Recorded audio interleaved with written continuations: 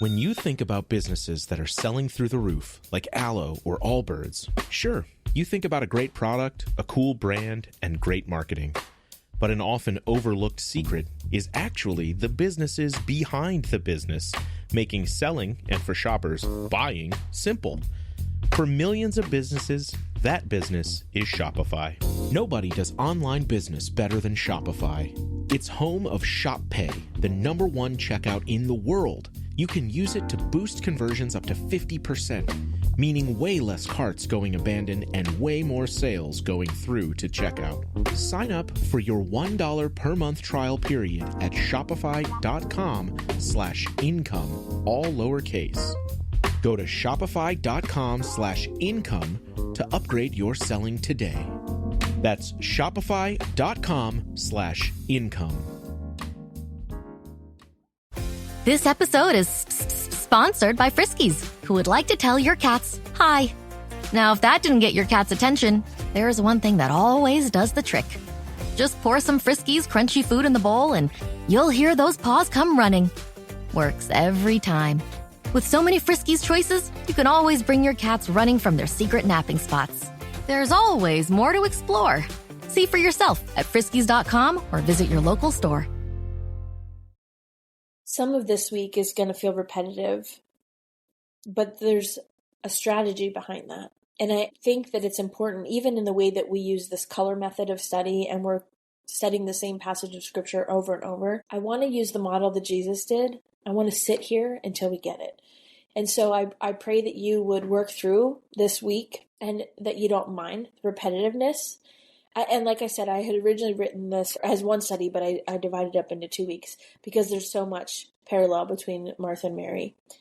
But this week, as we study Mary, I want you to hone in on her posture as a disciple. We are continuing our devotional reflection from each week of the She Hears Bible study, and we are going to be focusing in on Mary of Bethany.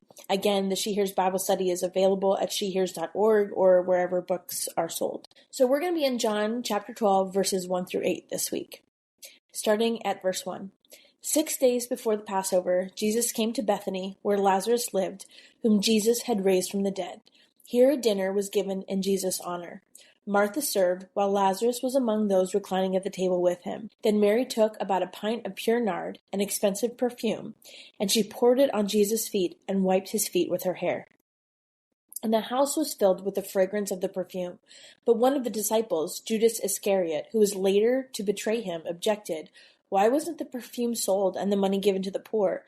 It was worth a year's wages." He did not say this because he cared about the poor, but because he was a thief. As keeper of the money bag, he used to help himself to what was put into it. "Leave her alone," Jesus replied. "It was intended that she should save this perfume for the day of my burial. You will always have the poor among you, but you will not always have me." Last week, we studied Martha, and there are so many of the things that we studied last week about Martha that are also true about Mary. And before we dive into this text that I just read, I want to also spend a little bit of time looking at Mary's perspective, kind of in contrast to the way that we studied Martha's perspective last week. So to do that, I want to look back at the first story that we considered at the beginning of the Martha study, and that is Luke chapter 10, verses 38 through 42. It says, "Now as they were traveling along, he entered a village, and a woman named Martha welcomed him into her home. She had a sister called Mary, who was seated at the Lord's feet, listening to his word. But Martha was distracted with all her preparations, and she came up to him and said, 'Lord, do you not care that my sister has left me to do all the serving alone? Then tell her to help me.'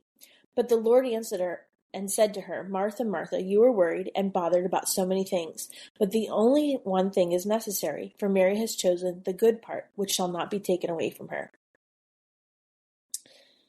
The first time we see Mary of Bethany, she's seated at the Lord's feet. And as you now know from what we studied last week, what we talked about, is sometimes that fact just irritated me when I read it. And my tendency is always been to side with Martha. I think I shared that last week, that I just have more of a Martha personality. But again, like I've said with each of these women, I want us to read with a fresh perspective. And it's a little bit harder because we studied so much of Mary last week. But I want to consider a couple things that are unique to Mary's story. Mary was most likely the younger of the two sisters. And so one of the things that I explained in the study itself is that scholars agree that Martha owned her own home. And so also, and this is something you can use for other passages of scripture, Martha's name is usually placed before Mary's when it's written in the text. And so this is a way that the authors of scripture would portray the age of someone. It was like a respect issue, and they would do it from oldest to youngest. So what we remember from last week is this expectation that Martha had, that she should be helping with the preparations as part of the host family.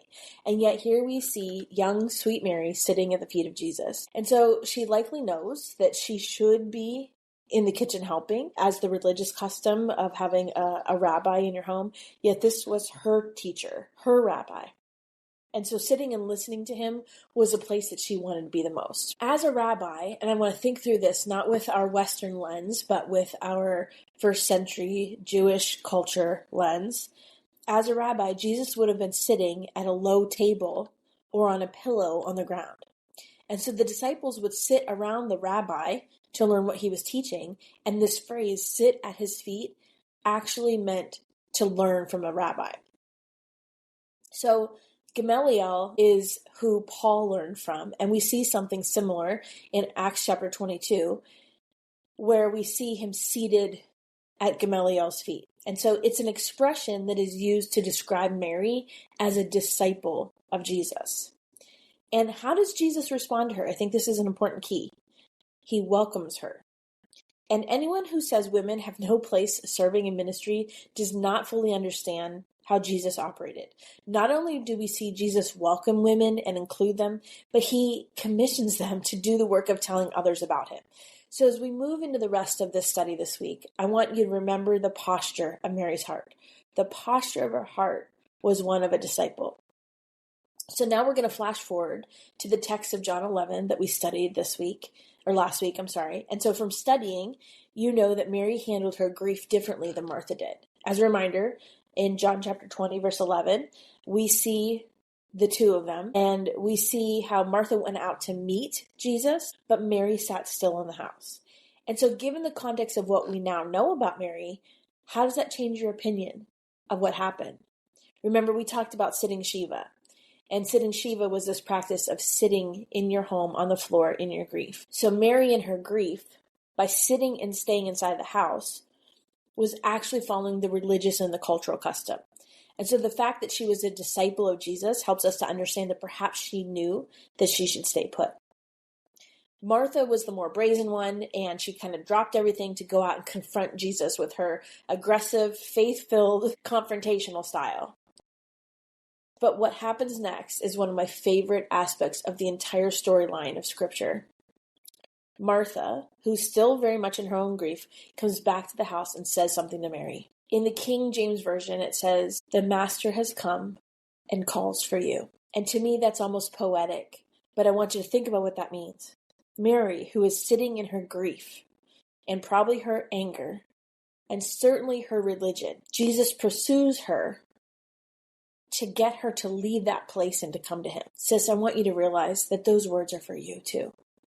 Grief is something that has become familiar to me. In the last couple of years, I suffered not only the loss of both my grandparents who raised me, but also a failed adoption. We talked about that a couple weeks ago. And so grief almost feels like a friend for me. I've gotten good at learning how to grieve, as sad as that is. Sorrow is an emotion that most people are not comfortable with, yet it's a normal response to our loss.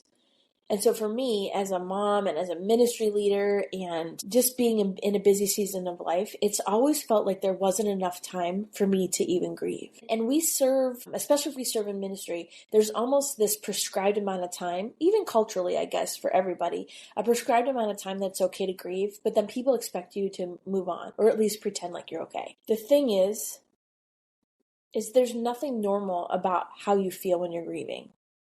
And for me, grief has always felt like waves. There are moments of calm, even calm days, but then there's these big waves that come, and as time goes on, the waves get farther and farther apart, but they still come and they're unpredictable. And so sometimes I feel like Mary, I'm content to sit on the floor of my room and just be surrounded by my own heartbreak. It's easier than walking my grief out. And it's easier than Martha's reaction, which was to confront or be angry. And so my faith tells me that those things are not appropriate, even though the way that we get through those big emotions is by taking them to Jesus. But instead, I just sit. But listen to me, that place is not where Jesus wants us. Hidden, alone, broken. Instead, what does he do? He comes for us. The Master has come and he calls for you. In your grief, the Master has come and he calls for you. In your pain, in your doubt, in your fear, the Master has come and he calls for you. In your anger, the Master has come and he calls for you. In your anxiety, the Master has come and he calls for you. Sis, no matter where you're sitting right now, no matter what mess you're sitting in, the Master has come and he's calling for you. God, I pray for my friends that are listening today. I pray that as they realize in the hard moments of their lives, when their desire is to stay seated in the middle of their mess, that we see a picture in the scriptures of you as you pursue us because of who you are. God, I pray even right now that they would realize that you are pursuing them. Thank you for being a God that not only finds us where we're at, but calls us out of that mess. I thank you for the plan and the purpose you have in our lives. In Jesus' name,